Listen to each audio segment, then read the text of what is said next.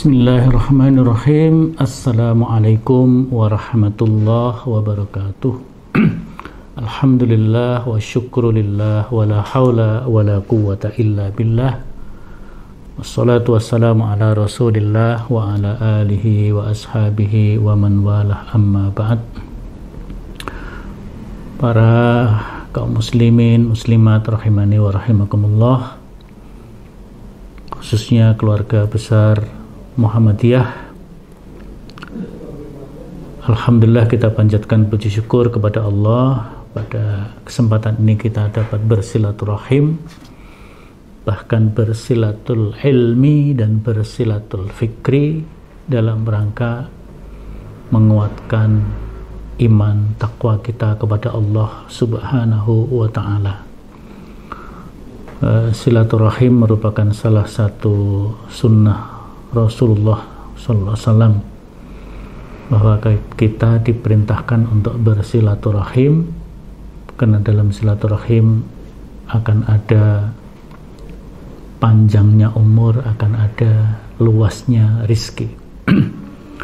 Nah, di dalam kesempatan ini saya ingin menanggapi beberapa pertanyaan yang muncul di kalangan Muhammadiyah khususnya dan umat Islam pada umumnya, terutama akhir-akhir ini, tentang apa yang disebut dengan firqah Syiah. Bagaimana sih sebenarnya pandangan Muhammadiyah terhadap aliran Syiah ini? Ya, kalau kita lihat dari segi sejarah Islam, Syiah itu sudah muncul bahkan di awal-awal perkembangan Islam, terutama pada masa sahabat dan tabi'in, yaitu dimulai dulu ada perang Siffin, perang Jamal, ya. Nah, terutama perang Siffin, ada kelompok yang membela kepada Ali bin Abi Thalib, yang kemudian dalam perkembangannya pembelaannya adalah dengan pembelaan sampai kepada yang bersifat kultus individu. Jadi mengkultuskan Ali bin Abi Thalib, bahkan di antara kelompok Syiah ini, karena Syiah ini tidak hanya satu ternyata ya. Syiah dalam perkembangannya ada Syiah Ghulat atau Syiah Ghaliyah, yang kalau dalam Quran Ghulat itu hulu itu ekstrim. Jadi Syiah yang ekstrim, ya, Syiah ini mengkultuskan Ali bahkan sampai pada mempertuhankan Ali. Bahkan mereka berpandangan bahwa sebenarnya kenabian akhir zaman itu jatahnya Ali bin Abi Thalib. Kalau kemudian yang menjadi Nabi dan Rasul Muhammad itu, bahkan mereka mengatakan Allah itu salah alamat, salah pilih, harusnya Ali bin Abi Thalib. Ini Syiah Ghulat pandangannya seperti itu. Kemudian ada Syiah Rafidhah atau Syiah Imamiyah, di mana mereka mengkultuskan imam-imam, para imam, para pemimpin Syiah dalam sekte Syiah Rafidhah atau Syiah Imamiyah ini, di mana para imam itu memiliki sifat maksum, jadi ismatul imamah.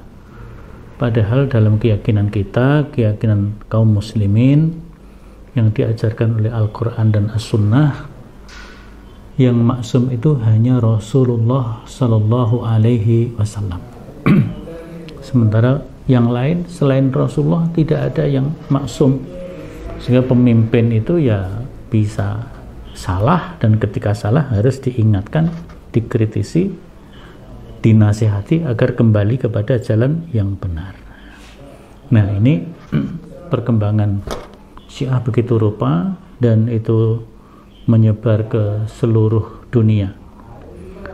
Nah, menyikapi hal tersebut, ini Muhammadiyah sudah memiliki sikap resmi, ya. Sikap resmi.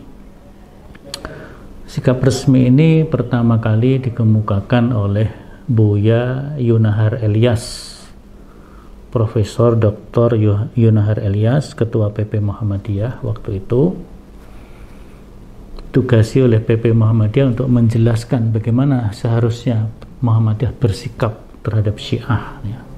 Sehingga pokok-pokok pikiran beliau disampaikan dalam sidang pleno, dan seluruh anggota pleno PP Muhammadiyah tidak ada yang membantah, tidak ada yang mengoreksi. Artinya semua itu sepakat dengan apa yang disampaikan oleh Buya Yunahar Elias. Nah, kemudian poin-poin penting yang disampaikan oleh Buya ini juga dirujuk oleh Majelis Tarjih PP Muhammadiyah di dalam memberikan fatwa tarjihnya, terutama fatwa tentang Syiah ketika ada pertanyaan dari warga Muhammadiyah yang berasal dari Batam, kota Batam, dari Batam. Nah, poin penting yang menjadi standar, ya, Muhammadiyah di dalam memandang Syiah, ya. Jadi penyimpangan aliran Syiah ini karena yang pertama, Syiah memiliki pemahaman tentang kemaksuman para imam atau ismatul imamah. Sementara di dalam ajaran Islam, Al-Quran dan As-Sunnah, dan pemahaman salafus soleh, pemahaman ahlus sunnah wal jamaah, bahwa yang memiliki sifat maksum hanyalah Rasulullah Muhammad Sallallahu Alaihi Wasallam. Oleh karena itu, Muhammadiyah jelas tidak sejalan, tidak sependapat, bahkan bertentangan atau menolak konsep ismatul imamah atau kemaksuman imam yang selama ini dipegangi oleh kelompok Syiah, terutama Syiah Imamiyah dan juga Syiah Ghulat. Kemudian yang kedua, standar yang kedua, bahwa Nabi Muhammad SAW tidak mewasiatkan kepemimpinan, pengganti pemimpin. Jadi tidak mewasiatkan siapa yang menjadi khalifah, siapa yang mengganti. Jadi Rasulullah ketika wafat, ya dalam tanda petik sebenarnya menyerahkan kepemimpinan umat berikutnya kepada musyawarah umat Islam. Sehingga pada waktu itu ketika Nabi SAW wafat, para sahabat bermusyawarah sebelum memberangkatkan jenazah Rasul untuk dimakamkan. Para sahabat bermusyawarah yang akhirnya memutuskan dan membaiat Abu Bakar As-Siddiq sebagai khalifah yang pertama. Nah, kemudian khalifah yang kedua dipilihlah Umar bin Khattab, yang ketiga Utsman bin Affan, keempat Ali bin Abi Thalib. Jadi keseluruhannya itu adalah kekhalifahan yang sah dalam Islam karena diputuskan melalui permusyawaratan umat Islam yang kemudian seluruh umat Islam membaiatnya. Sehingga tidak benar kalau sekelompok Syiah berpandangan bahwa yang berhak menjadi khalifah pengganti Rasul adalah Ali bin Abi Thalib, kemudian menganggap kekhalifahan Abu Bakar, Umar, Utsman tidak sah. Nah, jadi ini prinsip yang kedua. Jadi Nabi tidak berwasiat tentang pengganti beliau. Jadi Nabi menyerahkan kepada permusyawaratan umat Islam. Ini yang kedua. Ini memang empat hal ini sesuatu yang akhirnya menjadi perbedaan dan penyimpangan yang dilakukan oleh kaum Syiah. Kemudian yang ketiga, kultus kepada Ali bin Abi Thalib. Nah, Muhammadiyah, umat Islam pada umumnya, Ahlus Sunnah wal Jamaah, Salafus Soleh petunjuk-petunjuk yang ada di dalam Al-Quran dan As-Sunnah, tidak ada ajaran yang mengarah kepada kultus individu kepada Ali bin Abi Thalib dan keturunannya. Jadi semua sahabat adalah orang-orang yang mulia, yang kedudukannya sama. Kalau dalam ilmu hadis itu ada kaidah yang mengatakan as-sahabatu kulluhum udul. Semua sahabat adalah adil. Adil artinya akidahnya benar, pandangannya benar, dan dalam meriwayatkan hadis juga memiliki kualifikasi yang benar, sehingga riwayat atau hadis yang diriwayatkan oleh sahabat adalah hadis yang makbul. Artinya di sini tidak ada ajaran yang benar yang mengarah kepada kultus individu kepada sahabat tertentu, terutama di sini kepada Ali bin Abi Thalib. Bahkan Ali bin Abi Thalib sendiri sebagai sepupu Rasulullah sekaligus sebagai menantu beliau juga,